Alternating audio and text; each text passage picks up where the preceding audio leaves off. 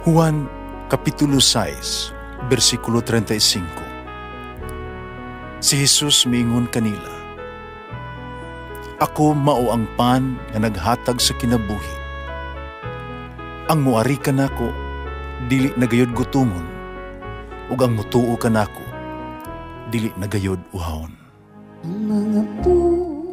Pan sa kinabuhi.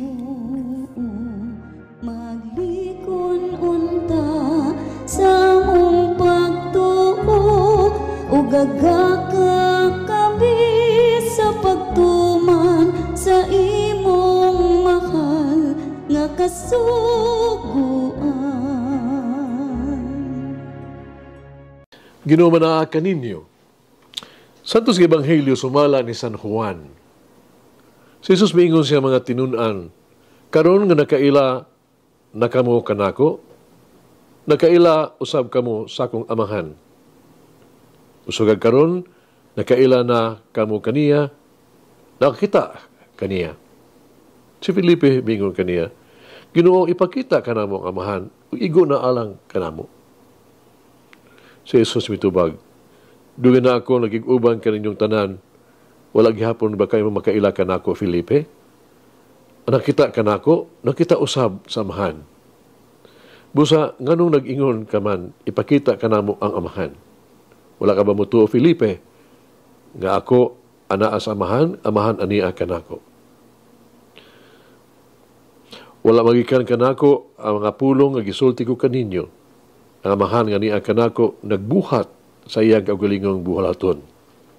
Tuin ninyo, nga ako anaa sa amahan, o ang amahan ania ka nako. Kundili, panuo ka mo kanako, tungod ni ining mga buhat. Tuliyan ko kamo, ang mutuo kanako magbuhat sa akong gibuhat. O ang nagbuhat siya glabaw pa ni ini. Kaya mo adto man ako sa amahan. O buhaton ko bisan unsa ang inyong pangayoon sa akong ngalan. O mayaon ang amahan pinaagi sa anak. Kung mangayo kamo bisag unsa sa akong ngalan, buhaton ko kini ang Ebanghelyo sa Ginoo. Pasalamati ang Ginoo kay siya maayo, ang iyang gugma mulungtad hangtod sa kahangturan.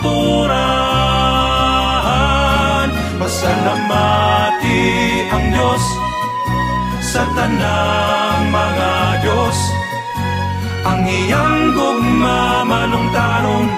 Pasalamati ang Ginoo sa mga Ginoo, ang iyang gugma balungtaron.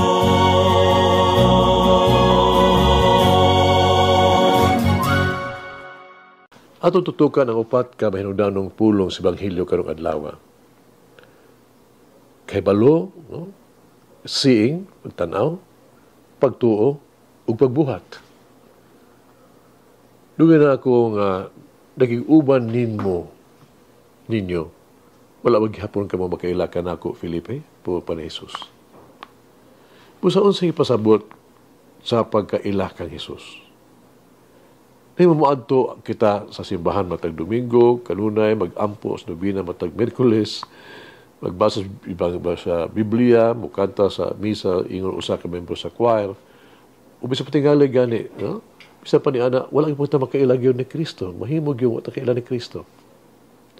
Ang pagkailan ni Jesus pa ang pagpangita kaniya o paghimo kaniya nga sentro sa ato ang pagkatao. Ang pagtanaw, nagpasabot nga pagsunod.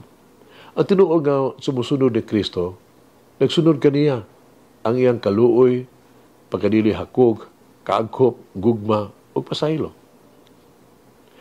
Ang pagtuo, nagpasabot, na kinabuhi ka, nga daw ang tanang nagdepende kang Jesus. Tungod kay, puwang pa niya ako ang amahan ang niya kanako. Siya ang Diyos na nagkontrolar sa tanan ng itabo kanato. Ang paghibalo, pagkita o pagtuo, musangpot sa pagbuhat. Si Jesus miingon, ang dili tanan nga mo ingon kaniyang Ginoo Ginoo makasulo singhirian sa langit, kundi kato lamang nagatuman sa kabubuton sa Dios. Bisan kinsa nga mosalig kanako, nagabuhat sa mga buhat sa akong ginabuhat. Sa St. John Paul II, no? Ipaabot ka na ito, kung unsa may tabo sa katao, no? Resulta sa iyang pagkahibalo, pagkakita, o pagtuo kang Jesus. Si Jesus, mora gyud ang imong pangitaon kung magdamgo ka og kalipay. Siya gayud ang makatagbaw kanimo o ang iyang kaanyag magadani kanimo. Siya gayud ang makatagbaw sa imuhang kauhaw.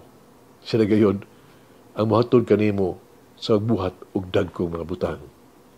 We are thanks for the Lord. Siya gayud ang mohatag kanimo kaalam, kaisog ug tanan mga grasya kay imong gikinahanglan alang sa iyang himaya ug kaayuhan sa katawhan. Mag-ampo kita. Guro Jesus, imong gihatag ang imong bugtong anak. Para kami mutawag, usab, ug imong mga anak. Kinatabangi kami na mabuhi sa kalipay, sa grasyas pagkabanhaw, matag adlaw. Ihatag ka na mo, makasing-kasing sa pagpasalamat sa imong sakripisyo. Ihatag ka na mo, mga mata, na magtanaw sa imong grasya, o magbaya sa imong kaluwasan. Tabay kami, paglakaw ni anang gamahanang grasya, may isulti ang imong maayong balita sa kalibutan, at alang sa imong himaya, among giampo, Ginoo. Amen. Mama Mary, lead me to welcome the Lord's action in my daily life. Malangin ang Diyos mga gahon sa tanan, Ama, Anak, Espiritu Santo. Amen. May the Lord of the divine mercy bless us all, heal us from all diseases and suffering. Ayun unta niya kita, tanang mga sakit na sa lawas o sa kalag, body and soul. In the name of the Father, the Son, and of the Holy Spirit. Jesus, I trust in you. Amen. Whoever eats the bread of life will never hunger, says the Lord. Kay galaan inyong nabati ang pagpaambit ug hamubong pamalandong sa pulong sa Dios pinaagi sa tulumanon pan sa kinabuhi nga gidumala ni Monsignor Daddy Silva. Hangtod na usab sa sunod higayon, daghang salamat. The bread of life